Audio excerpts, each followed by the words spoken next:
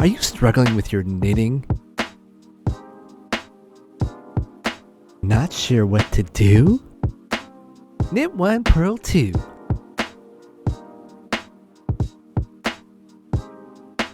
Featuring Kurt Thomas and Mick Strawn. Knit 1, Purl 2. Coming at you, Knit 1, Purl 2 podcast. Boom. Knit 1, Purl 2 podcast.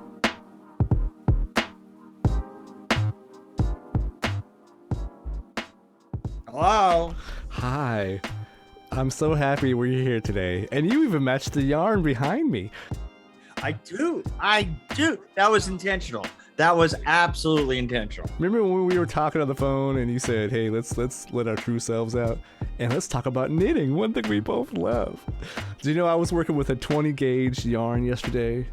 Because you advised me to, and I said, oh my God, this is so much better than 18 gauge. Welcome to Knit 1, Purl 2. We're going to show you what to do with yarn. Knit 1, Purl 2, the podcast. Right. You really need to get a job. I mean, just because I like knitting.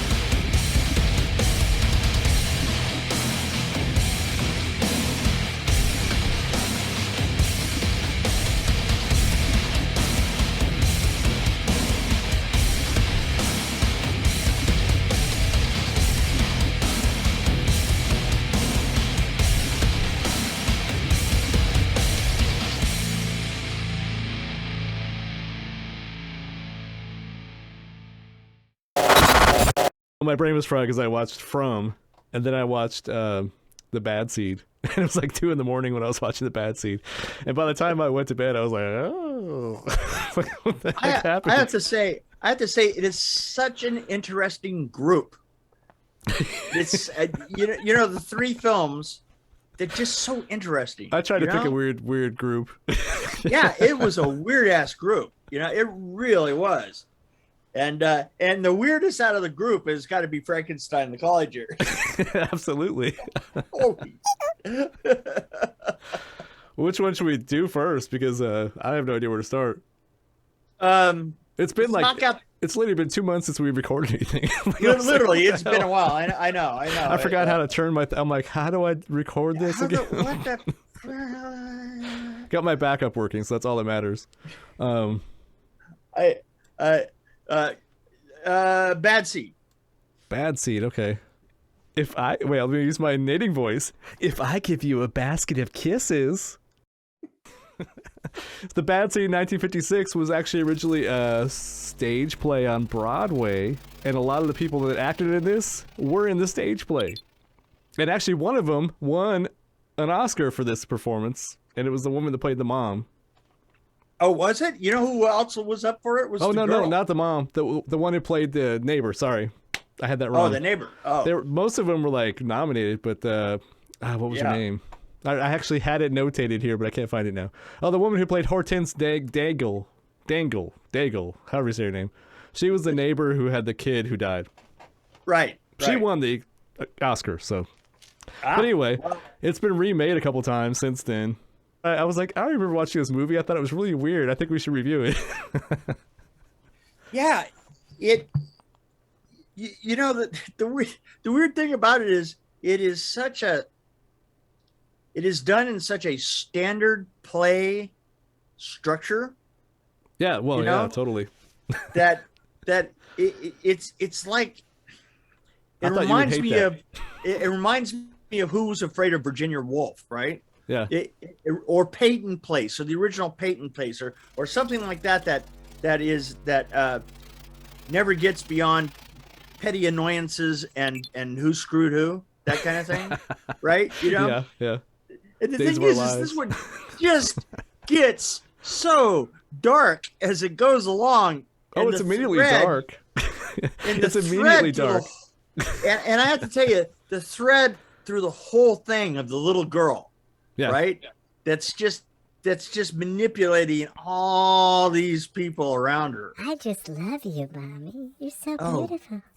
It was like, yeah, well, you know something in the first 5 minutes, you know that something's wrong with the daughter. She's psycho. The mom's Right. trying to figure it out, and then you have the gardener who knows what's going on, and he's like creepy himself. He's like, I know what you did. I saw you. I know. You know, it's like you're thinking to yourself, well, if the cops ever came and wanted to know who did it, it'd be the gardener. Yeah, because he sleeps in the certainly cellar. the little girl, you just want to. And here's the thing, I don't want to kill the little girl because she's killed somebody else. I want to kill the little girl because of how annoying she is. Yeah, when she's hopping around and tap dancing and stuff. It's like, Yeah, you think to yourself, yeah, how, you know, as a mother it would be like, oh, you know, she had the little girl down going like this. Is it because I killed the neighbor? No, you're just such a little. well, there was definitely a pedophile vibe too with the guy that came over, and he was like, "What a sweet tart," and I'm like, he said tart, I think. I'm pretty sure he said tart. That didn't sound right, but that didn't set Mom off. But the gardener talking to her did for some reason. Right. Don't talk to my daughter again. So you like gladiator movies, little girl? I mean, all the gardener was doing was just threatening the little girl, trying to Yeah, just threatening the little girl. no big deal. See, you had to keep thinking to yourself, as you're the gardener, what is the gardener waiting for in all this, right? You know, he's the one that's actually collecting evidence. Exactly. Yeah, but And then it when he didn't found get the him very evidence, he far. threw it away. He was like, I'm not Yeah, gonna. well, yeah, there you go. That was his big mistake right there. Right. So what I Yeah. liked about this is it's a psychological horror. You don't actually see what happens. Like, you don't see what she did, but you see her trying to cover it up and reacting to everybody figuring it out. That's Right, kind of what I liked right. about it. And her hyper manipulative way Oh, of she's dealing with perfect things. at being evil. Like, I think she Oh. should have won an award. Yeah, for sure. I'm not kidding. At the very beginning, you know, I looked at the little girl and go, that girl's evil. Yeah, you know right away who the killer is. You're like, okay. Yeah, oh, absolutely. And she also had that really weird wide, Yeah. the really popular wide eye thing, right? Yeah. I like how she You flipped know? her ponytail, like her pigtail.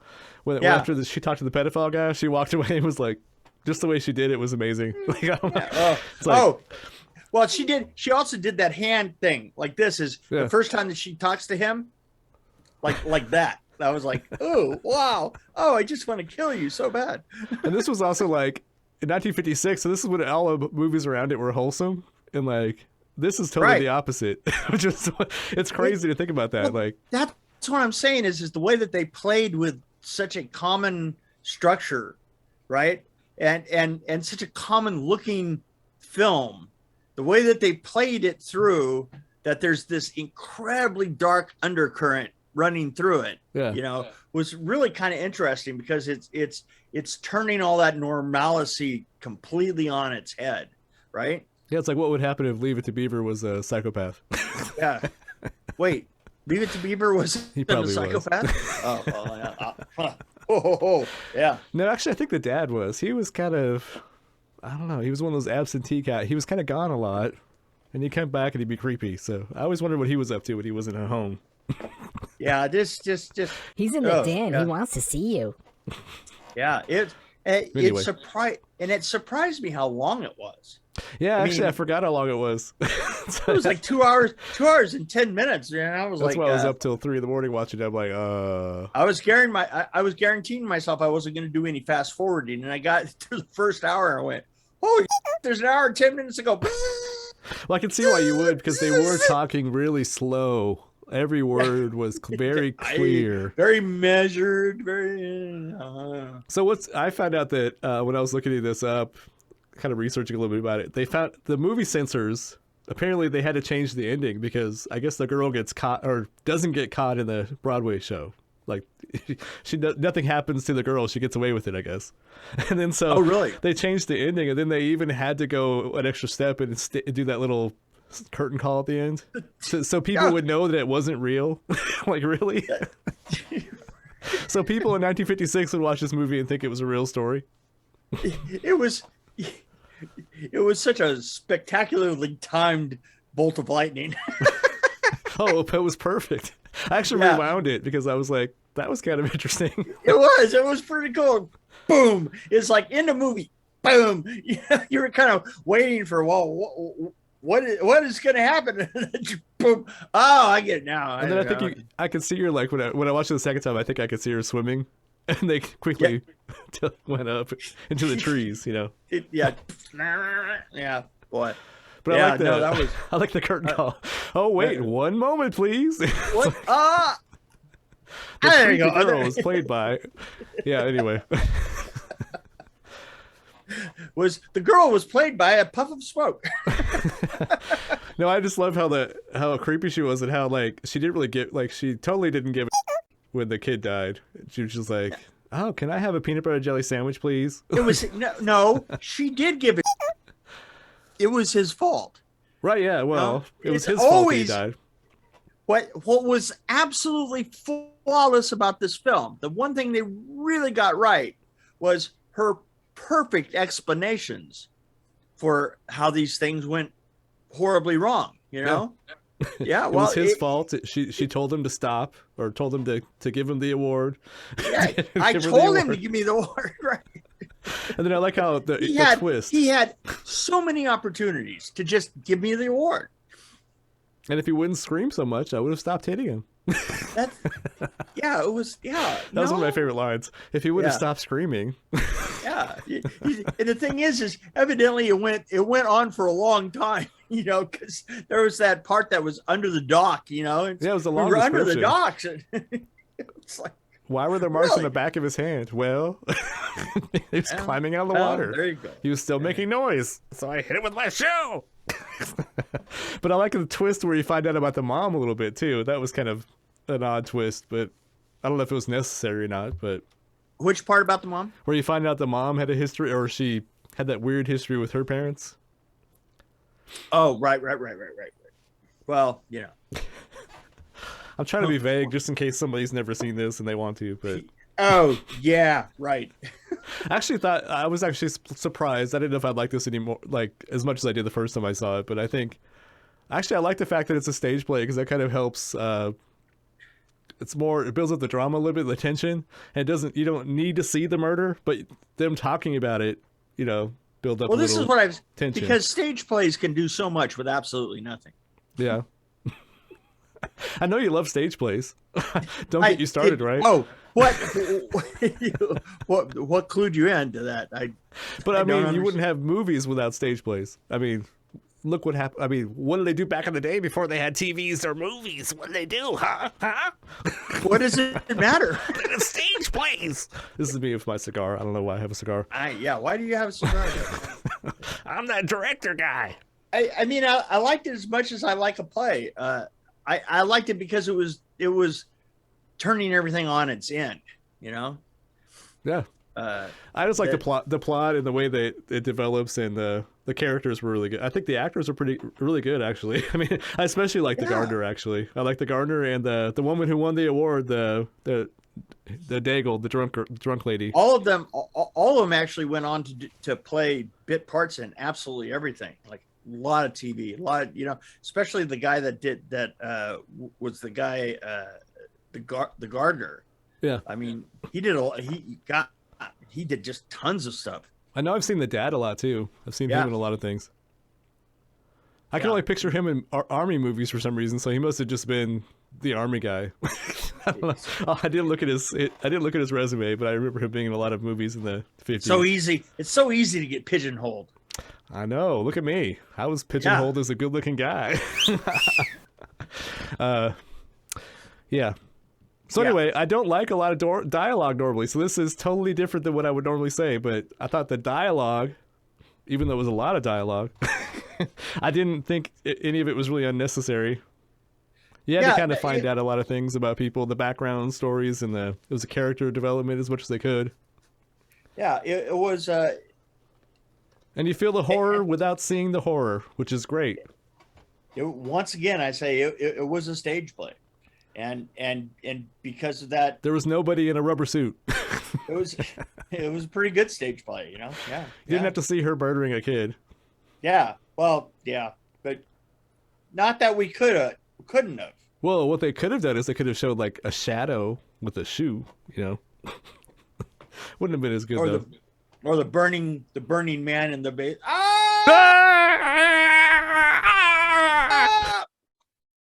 Yeah, by the way, what is excelsior?